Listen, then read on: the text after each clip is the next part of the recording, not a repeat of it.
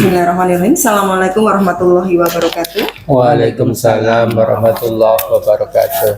Terima kasih kami sampaikan kepada Bapak Bejo atas waktunya berkenan untuk wawancara dengan kami CGP Angkatan 9 dari Kabupaten Brebes. Perkenalkan, saya Siti Lutfia, CGP Angkatan 9 Kabupaten Brebes. Saya Farhatun, CGP Angkatan 9 SMK Negeri 1 Brebes dari Kabupaten Brebes. Saya Infarul Hotoya, CGP Angkatan 9 dari Kabupaten Brebes.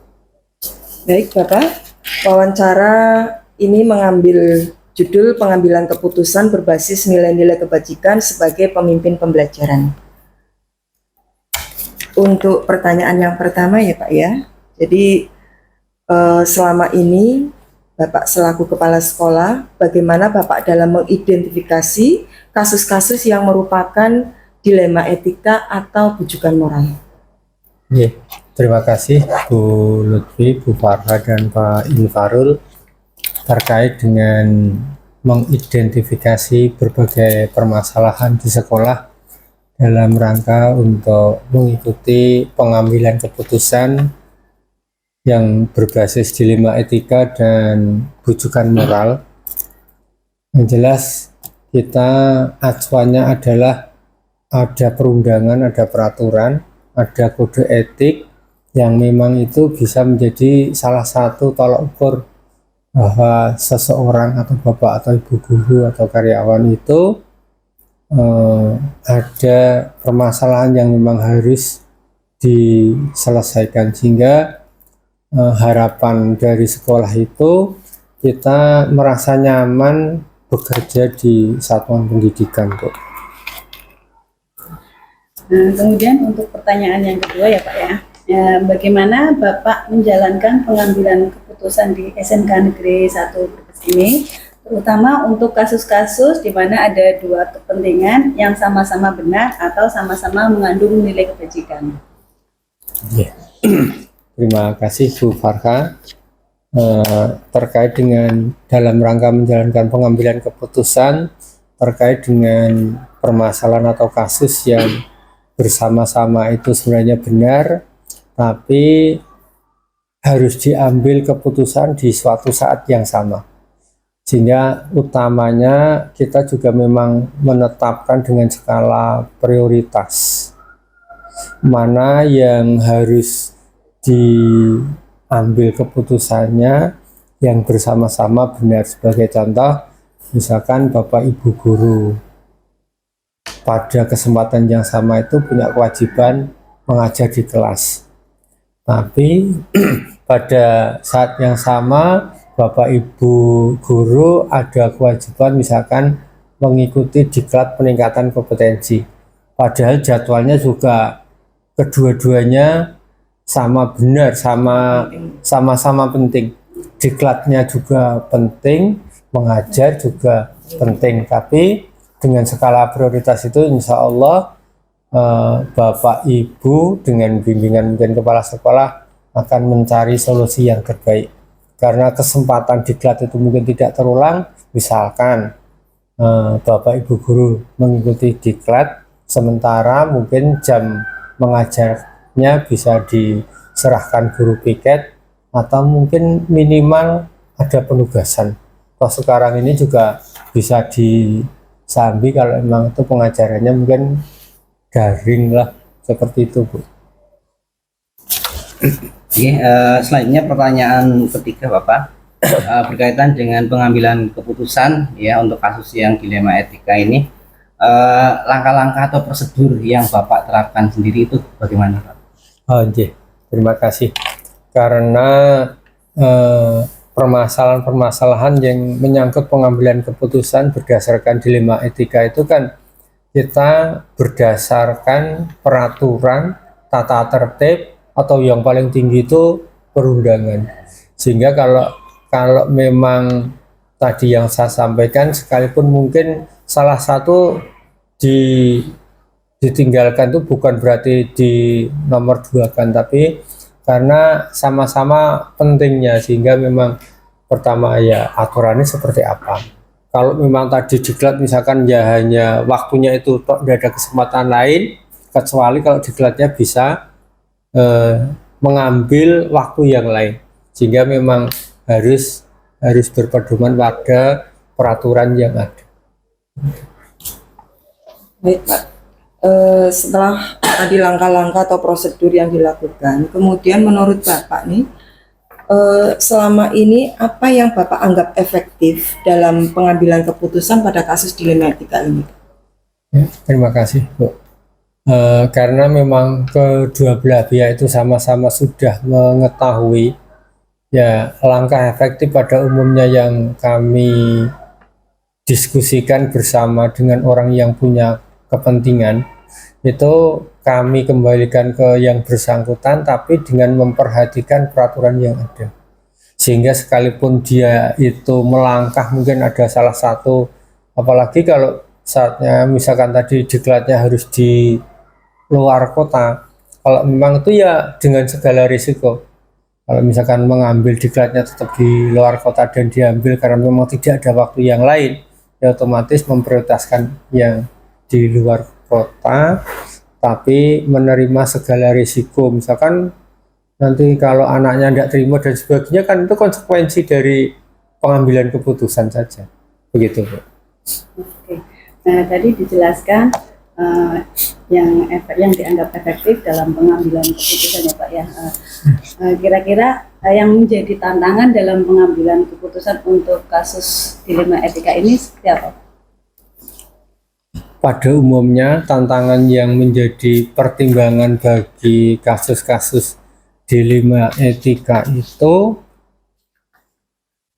ada, mungkin salah satu itu dianggap yang kepentingan yang lebih menonjol. Sebagai contoh tadi, misalkan mengambil keputusan tadi, misalkan mengikuti diklat dengan meninggalkan kelas yang menjadi kewajibannya.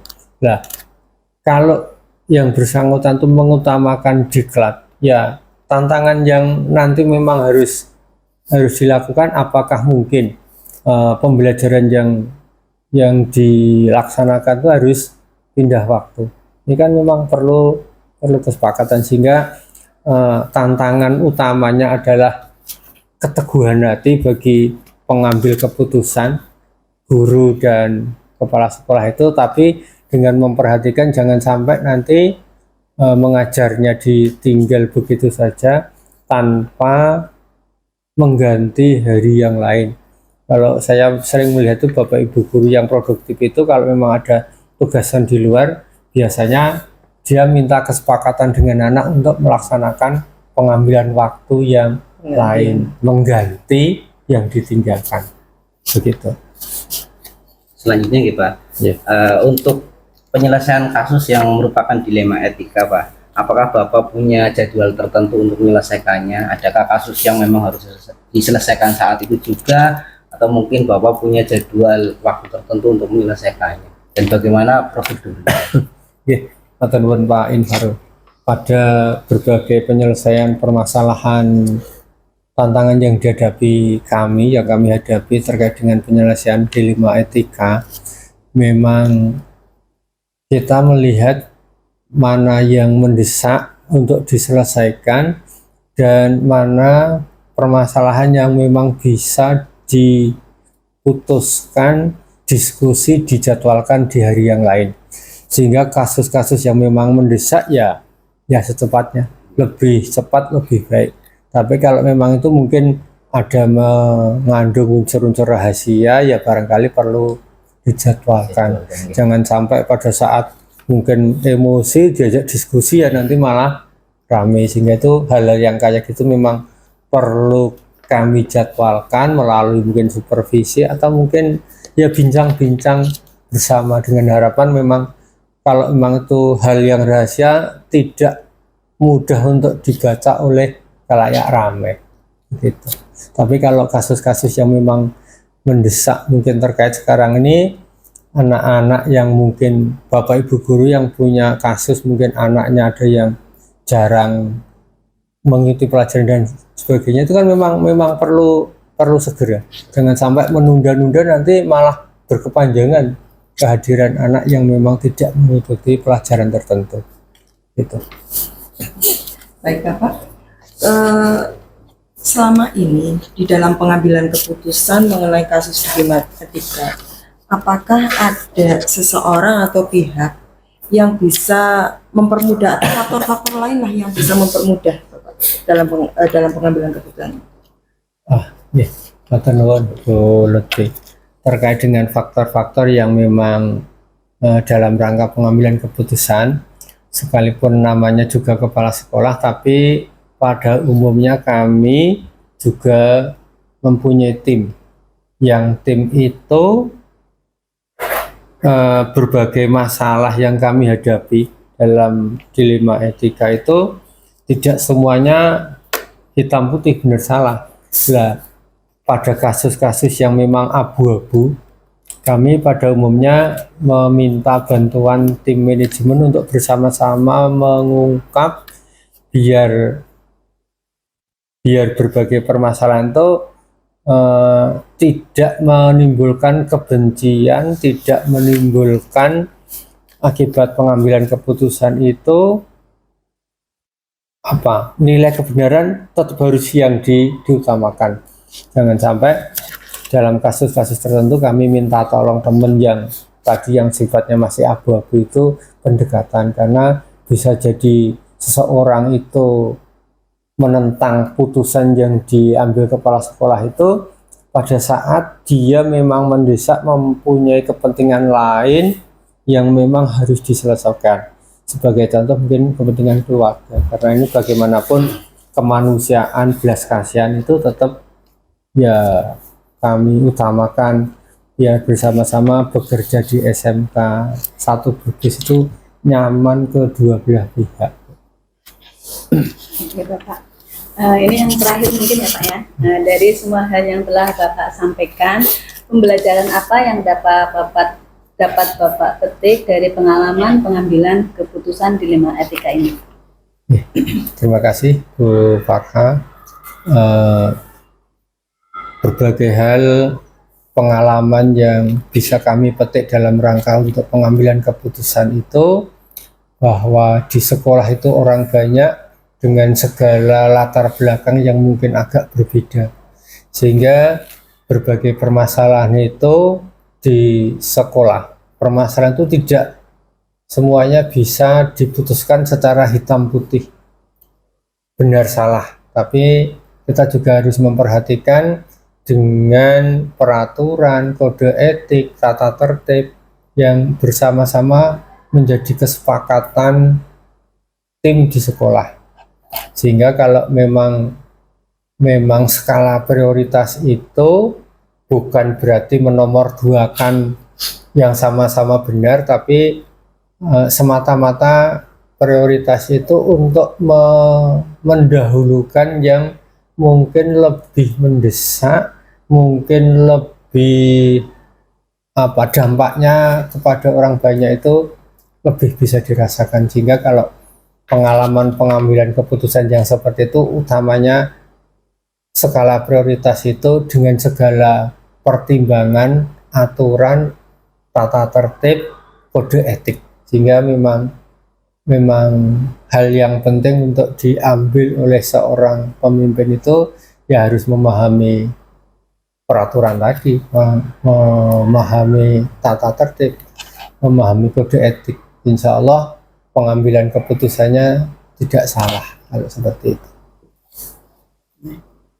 Terima kasih Bapak atas waktu yang sudah Bapak berikan kepada kami untuk wawancara mengenai tugas demonstrasi konstekstual modul 3 di CGP Angkatan 9 ini. Terima kasih, kami akhiri. Assalamualaikum warahmatullahi wabarakatuh. Waalaikumsalam warahmatullahi wabarakatuh. Assalamualaikum warahmatullahi wabarakatuh. Waalaikumsalam warahmatullahi wabarakatuh. Terima kasih kepada Bu Ria Hapsari, SPD, selaku Kepala SMP PGRI Brebes yang pada kesempatan kali ini telah hadir bersama kami ya. Izinkan saya memperkenalkan dulu. Saya adalah Infarul Hotoya, calon guru penggerak Angkatan 9 dari SMK Negeri 1 Brebes, dan rekan saya Saya Ibnu Sujono dari SMP Negeri 2 Bulakamba, CGP Angkatan 9 Kabupaten Brebes. pada kesempatan kali ini kita akan melakukan wawancara kaitannya dengan tugas demonstrasi kontekstual berkaitan dengan pengambilan keputusan yang berbasis nilai-nilai sebagai pemimpin ya. Mohon izin Bu Ria, nanti ada 8 pertanyaan yang akan kami tanyakan secara bergantian ya. Untuk pertanyaan pertama, langsung saja nggih. Nggih, Untuk boleh. pertanyaan pertama, Ya, selaku kepala sekolah di SMP PGRI ya, tentunya Bu Ria ini sudah banyak sekali berhadapan dengan kasus-kasus yang membutuhkan keputusan ya. Saya pengen tahu Bu, selama ini bagaimana Bu Ria itu mengidentifikasi ya kasus-kasus yang merupakan dilema etika dan kasus-kasus yang merupakan bujukan moral. Ini langsung saya jawab Oke. Pak Infarul nggih. Oke. Yeah. Jadi memang di setiap sekolah pasti harus ada keputusan yang bisa diambil oleh seorang pemimpin gitu nggih. Yeah. Memang tidak gampang untuk membuat sebuah keputusan yang jelas semuanya harus dianalisa baik-baik. Menurut saya yang termasuk dalam dilema etika adalah apabila sesuatu keputusan itu sama-sama memiliki nilai benar. Yeah. Jadi memang benar dan benar sebuah keputusan yang harus diambil dengan kebenaran yang sama gitu nggih. Tapi kalau yang bujukan moral adalah sebuah keputusan yang diambil apabila satunya memiliki nilai kebenaran dan satunya dapat dikatakan salah gitu. Mungkin itu untuk dilema etika dan bujukan moral. Oke.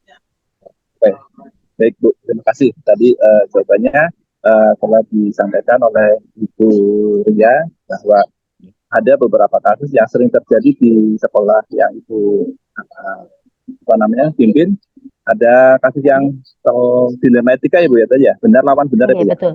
Ya, Betul oke. nggih. Pertanyaan selanjutnya sini Bu. Jadi selama Ibu menjalankan tugasnya, terus pengambilan keputusan di sekolah yang Ibu pimpin itu, terutama kasus-kasusnya itu ada dua kepentingan yang sama-sama benar atau yang sama-sama mengandung nilai kebajikan itu. Nggih. Jadi ada Ya, mohon. kasus yang Iya, kepentingannya betul. yang sama-sama Mhm. benar atau sama-sama yang mengandung nilai kebajikan. Betul. Apa yang Oh, iya. saya putuskan gitu maksudnya. Iya, Oke, betul. jadi untuk mengambil keputusan dengan kasus dilema etika itu memang harus ada analisa yang betul-betul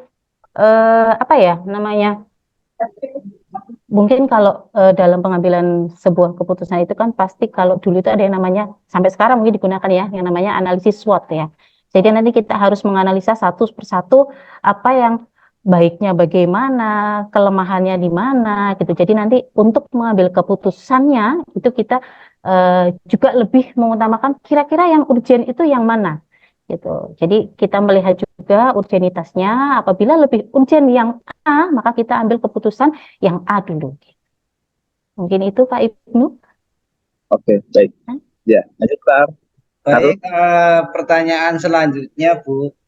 Oke, Berkaitan monggo. masih topik pengambilan keputusan yang Betul. untuk menyelesaikan suatu masalah yang berkaitan dengan dilema etika ini ya. Oke. Langkah-langkah atau prosedur seperti apa yang biasa Bu Ria ini terapkan untuk pengambilan keputusan pada kasus dilema etika ini? Oke. Bu. Jadi selain mengambil analisis secara pribadi ya, saya juga perlu mempertimbangkan gitu ya. Mungkin jadi kita kan juga saya sebagai pengambil keputusan, tapi saya punya rekan-rekan yang harus saya ajak bicara gitu ya, supaya nanti keputusan yang saya ambil itu juga tidak meleset, tidak dapat diterima dengan baik oleh teman-teman guys. Jadi memang harus ada beberapa orang yang mungkin saya ajak bicara. Tentunya beliau-beliau yang pemangku-pemangku kebijakan. Di sini ada wakak kurikulum gitu nggih, ada para wakak ya, intinya ada wakak kesiswaan. Beliau-beliau ini akan saya ajak bicara untuk mengambil keputusan yang terbaik untuk semuanya. Oke. Baik. Jadi dalam mengambil keputusan langkah-langkahnya itu saling berkolaboratif apa kerjasama Betul. dengan bukan hanya Bu ya, wakil-wakilnya Bu ya. Baik. Betul. Oke. Nggih. Baik, saya lanjutkan pertanyaan yang selanjutnya Bu, yang keempat. Hal-hal apa saja yang selama ini Ibu anggap efektif dalam pengambilan keputusan pada kasus-kasus dilema etika Ibu? Hal-hal apa saja yang dianggap efektif untuk Efektif, pengambilan keputusan dalam dilema etika? Oke, betul jadi untuk sekali. mengambil keputusan mengenai dilema etika, memang di mana-mana itu yang namanya dilema etika, namanya saja dilema ya Pak ya, yang namanya dilema itu pasti sesuatu yang susah, mungkin bukan hanya etika, dilema yang lainnya juga susah gitu ya. Nah, itu ya itu tadi, memang harus ada banyak hal yang saya pertimbangkan gitu ya, termasuk tadi kita berkolaborasi dengan pihak-pihak terkait gitu guys, siapa yang bisa saya ajak bicara, mungkin apabila tergantung keputusan yang harus saya ambil ini, apabila memang berkaitan dengan masalah anak misalnya gitu nih, masalah peserta didik, maka saya harus bekerja sama dengan eh, kurikulum kesiswaan, dengan guru BK, dengan orang tua murid gitu ya, semua pihak-pihak yang memang terkait pasti harus kita bekerja sama mengambil keputusan yang terbaik untuk semuanya. Itu nanti bagaimana? Baik sekali ya Bu ya. Ya. Oke. Lanjut Pak. Oke, lanjut pertanyaan selanjutnya nggih. Oke, monggo. Ketika Bu Ria ini mengambil keputusan ya yang Betul. dihadapkan pada kasus dilema etika ini, tentunya Mm. akan memunculkan tantangan tersendiri ya. Karena ibaratnya itu mundur kena, maju pun kena ya. Saya pengen Betul. tahu Bu, tantangan yang dihadapi Bu Ria ini ketika harus mengambil keputusan ya untuk menyelesaikan masalah yang berkaitan dengan dilema etika Bu. Oke. Jadi Tantangannya. kalau yang namanya dilema etika itu kan tadi bisa dikatakan maju kena, mundur kena, seperti makan buah si malakama gitu ya Pak ya. Betul. Ya, betul sekali. Sebetulnya bukan hanya masalah dilema etika saja. Setiap pengambilan keputusan pastikan itu ada yang namanya, ada yang senang, ada yang tidak, begitu ya. Bukan hanya masalah dilema etika saja sebetulnya. Ya, itu bagaimana cara kita menyampaikan, mengambil dan menyampaikan keputusan kepada semuanya supaya bisa diterima dengan semua pihak. Gitu ya. Jadi memang setelah tadi kita berunding, lalu pasti ada yang namanya kesepakatan ya. Maksudnya ini baiknya bagaimana menurut si A, menurut si B. Nanti kita yang mengambil keputusan, keputusannya apa, dan yang jelas itu adalah cara menyampaikan. Keputusan apapun yang kita ambil, yang menurut kita benar, belum tentu menurut orang lain benar. Gitu ya. Jadi cara menyampaikannya, menurut saya adalah cara menyampaikannya. Saya akan berusaha menyampaikan dengan sebaik mungkin tentang keputusan yang sudah kami ambil, sehingga nanti bisa diterima dengan baik oleh semua pihak. Ini itu. Oke. Oke. Ya, saya lanjutkan ya Bu ya. Jadi dalam pengambilan keputusan tersebut, apakah Ibu itu membutuhkan waktu khusus untuk penyelesaian kasus yang Ibu selesaikan? Terus apakah langsung di tempat atau di ruang tersendiri Ibu? Itu. Gitu. Terus bentuk yang apa, bentuk atau prosedur apa yang Ibu bisa jalankan untuk menyelesaikan kasus tersebut? Oke.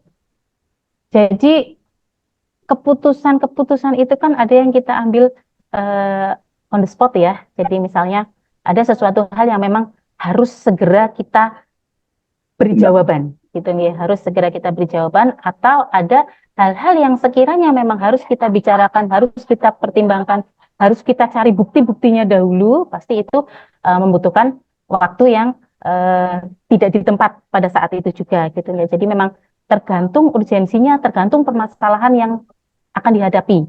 Itu apabila memang permasalahan tersebut harus diambil keputusan sesegera mungkin, maka pada saat itu juga harus diambil keputusan. Tetapi apabila keputusan itu atau hal yang menjadi permasalahan itu membutuhkan bukti-bukti, membutuhkan sesuatu yang memang harus kita analisis secara mendalam, maka itu bisa di waktu yang nanti kami tentukan.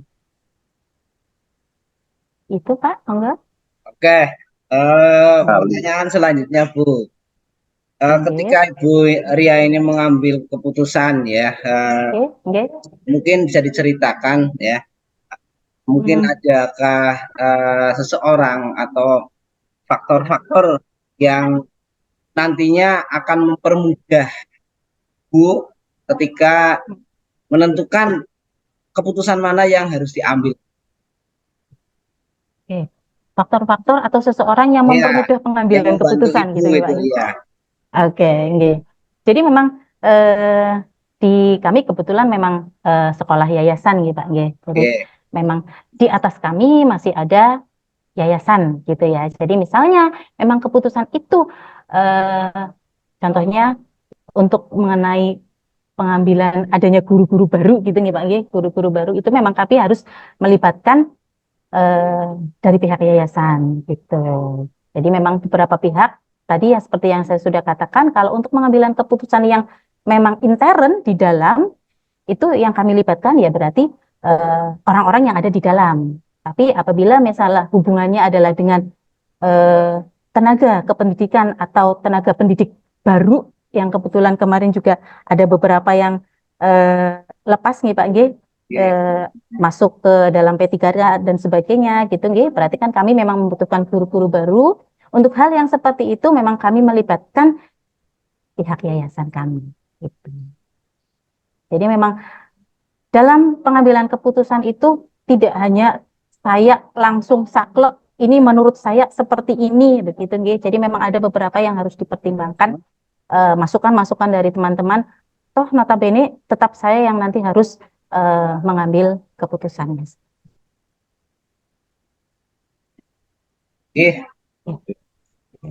Baik Bu, mungkin ini pertanyaan terakhir ya Bu ya.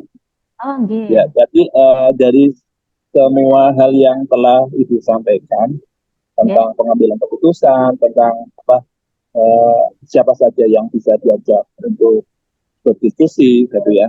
Terus yang ini pembelajaran apa yang dapat Ibu petik dari pengalaman Ibu mengambil keputusan dilematika ini, Bu? Jadi pembelajaran yang saya alami nggih Pak nggih. Sebetulnya di pertanyaan tadi juga sudah ada bahwa tidak semua keputusan itu bisa diterima dengan baik oleh orang lain. Itu ya. Jadi memang yang betul-betul saya pelajari, yang betul-betul saya alami dan betul-betul menjadi pengalaman saya nggih karena memang saya juga baru gitu nggih. Itu adalah bagaimana caranya menyampaikan sesuatu kepada orang lain secara benar, secara baik supaya bisa diterima dengan baik dan tidak menimbulkan kesalahpahaman, supaya tidak menimbulkan sakit hati. Itu memang betul-betul menjadi sesuatu pelajaran yang sangat berharga buat saya gitu nggih. Gimana caranya menyampaikan, terutama kadang apa yang kita sudah pikir baik, kadang cara penyampaian juga ada yang salah persepsi dan sebagainya begitu nggih. Itu yang menjadi pengalaman saya sebetulnya. Oke, baik Bu. Terima kasih sudah membersamai kami ya, obrolan yang sama-sama Bapak. Sangat-sangat bermanfaat bagi kami ya, bagi saya dan juga Pak Ibu ini ya. Memang pengambilan keputusan ini adalah kalau saya bilang itu sebuah sebuah seni Bu ya, sebuah seni. Bagaimana nantinya keputusan yang kita ambil itu saya yakin ketika kita membuat keputusan itu tidak mungkin mengakomodir semua pihak ya. Tapi bagaimana kita menyajikan keputusan itu nantinya bisa berdampak positif. Bisa diterima dengan baik, betul. Okay. Sekali lagi terima kasih Bu. Barangkali Pak Ibu. Sama-sama.